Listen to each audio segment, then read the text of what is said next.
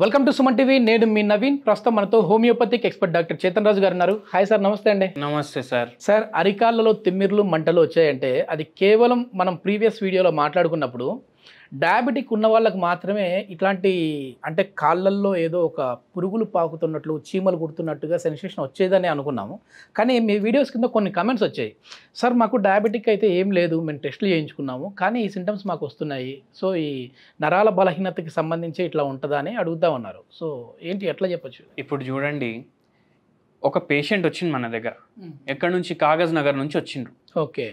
కాగజ్ నగర్ నుంచి రాగానే, సార్ మీ వీడియోలు అన్నీ చూస్తాను నేను సుమన్ టీవీలో, మీ వీడియోలు చెప్పినట్టు సేమ్ టు సేమ్ నాకున్నాయి, సేమ్ టు సేమ్ నాకున్నాయి, ఓకే, కానీ నాకు షుగర్ లేదు సార్ అన్నారు. అదే కామెంట్ సార్. ఇప్పుడు అదే కమెంట్ కదా, షుగర్ లేదన్నారు. కూర్చోండి అని చెప్పినాం. కూర్చొనే ముందే అయినా చెప్పేసింది ఇట్లా, కూర్చోండి సార్ ఫస్ట్ అని చెప్పినాం. కూర్చున్నాక ఏమవుతుంది చెప్పండి అన్న. సార్ కూర్చుంటా కదా, మార్నింగ్ 10:30కి కాళ్ళ తిమ్మిర్లు స్టార్ట్ అవుతాయి. ఓకే. 12:30 వరకు పెరుగుతాయి. 12:30 తర్వాత టైంతో పాటు చెప్తుండ ఆయన, 12:30 తర్వాత మంటలు స్టార్ట్ అవుతాయి. పడుకున్నప్పటి వరకు మంటలు ఉంటాయి, మళ్ళా పడుకునేటప్పుడు తిమ్మిర్లు మళ్ళా. ఓకే. దాంతో నిద్ర వస్తలేదు. చూసినరా విషయస్ సైకిల్ ఎట్లా ఉంది? తిమ్మిర్లు, లేకపోతే మంటలు, లేకపోతే ఇట్లా చీమలు నడిచినట్టు ఇట్లా ఉంటుంది.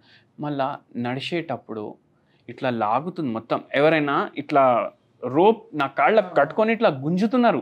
ఓకే. ఓకే. అట్లా అవుతుంది నాకు. షుగర్ లేదు.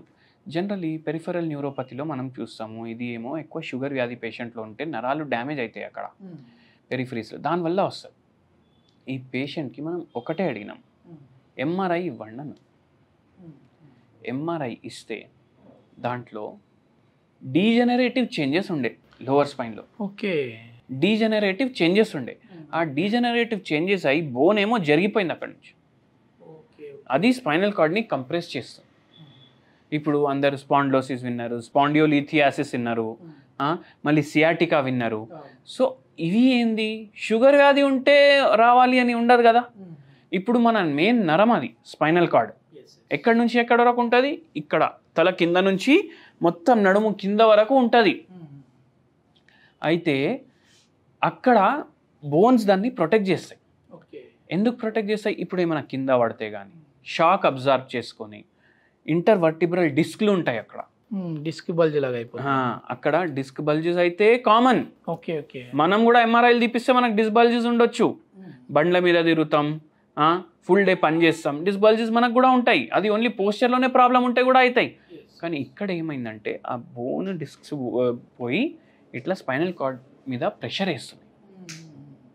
ఇప్పుడు మనం ఇంతకుముందు డిస్కస్ చేసినాం కదా, నరాళ్ళకి వెళ్ళి ఏం పాస్ అవుతుంది? కరెంట్ పాస్ అవుతుంది.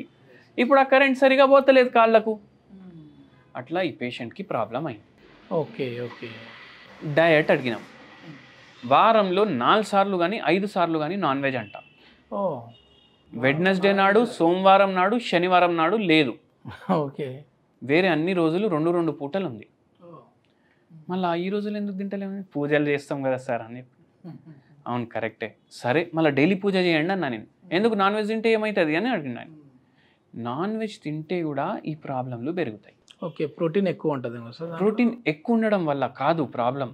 ఇప్పుడు చికెన్ కానీ మటన్ కానీ మనం తీసుకొస్తే ఇవి ఇప్పుడు జనాభా ఎంత అయిపోయింది? తొందర తీయాలి చికెన్ని ఫామ్లోకి వెళ్ళి బయటికి. ఏం చేస్తారు? దానికి యాంటీబయాటిక్స్ ఇస్తారు, కొలెస్ట్రిన్ ఇస్తారు, మళ్ళా హార్మోన్స్ ఇస్తారు. అవునా కాదా? అది తొందరగా బయటికి రావాలి, తొందరగా తయారై పెరుగుతుంది. అవన్నీ ఏడికి వస్తాయి? ఆ కోడిల ద్వారా మన శరీరంలో వస్తాయి. ఓకే. ఓకే. అయితే ఫుడ్ చైన్ పార్ట్ అయిపోతుంది అది. అట్లా అయ్యి ఇట్లా మన హార్మోనల్ ఇంబ్యాలెన్స్ స్టార్ట్ అవుతుంది. హార్మోనల్ ఇంబ్యాలెన్స్ స్టార్ట్ అయితే విటమిన్ డి కరెక్ట్ ఉన్నా, విటమిన్ B12 కరెక్ట్ ఉన్నా, బాడీలో ఏ న్యూట్రియంట్స్ అబ్జర్వ్ అవ్వాలి అవి అబ్జర్వ్ కావు. అట్లా B12 డెఫిషియన్సీ కూడా అయింది పేషెంట్కి. డి ఏమో నార్మల్గానే ఉండే, అందులో ఐరన్ కూడా తక్కువ ఉంది. ఓకే. ఓకే. అయితే చాలా పరేషాన్ ఉండే ఆయన. మళ్ళీ జాబ్ ఏం చేస్తారంటే నేను రైతుని సార్ అని చెప్పింది. అయితే ఇంకా పరేషాని, ఎందుకంటే నేను నా పొలాలు సరిగా చూసుకోలేకపోతున్నా నేను అని అన్నారు. అక్కడ కూర్చోవాలంటే కష్టం, నిల్చోవాలంటే కష్టం, ఎట్లా చేయాలి, ఏం చేయాలి, చాలా పరేషాన్లో ఉన్నాను. ట్రీట్మెంట్ ఏంటి సార్ వీళ్ళకి? హోమియోపతి వీళ్ళకు ఏం సజెస్ట్ చేసిరు తెలుసా మీకు? మీరు కంపల్సరీ ఆపరేషన్ చేయించుకోవాలి. ఓకే. కానీ ఇప్పుడు చూడండి, హోమియోపతి ట్రీట్మెంట్ అంటే ఏంది? ఆపరేషన్ లేకుండా ఉన్న వ్యాధిని తగ్గించడం. సో మనం ఒకటి అడిగినాం, మీకు పరేషాని ఏముందని చెప్పిన. ఏముంది సార్, వాటర్ సరిగా వస్తలేవు, పొలాల్లో ప్రాబ్లం ఉంది. Okay okay. మళ్ళా ఇంకా దాని మీద పంట తగ్గుతుంది రోజు రోజుకి. Okay okay. భూమి అయితే అంతే ఉంటుంది కదా. భూమి అంతా ఉన్నప్పుడు మనం ఫర్టిలైజర్ వాడినా సాయిల్లో ప్రాబ్లం వచ్చేస్తుంది. దాంతో మళ్ళీ పిల్లలు ఇంకా చదువు దాంట్లోనే ఉన్నారు, ఇంకా చేతికి రాలేదు పిల్లలు. ఆ దాంట్లో పరేషాన్ ఉన్నా సార్ నేను. అయితే నిద్ర కూడా డిస్టర్బ్ ఉంది కదా ఆ తిమ్మిర్లకు. అయితే మనం అడిగినాము, మీకు ఎప్పటి నుంచి ఉంది ప్రాబ్లం?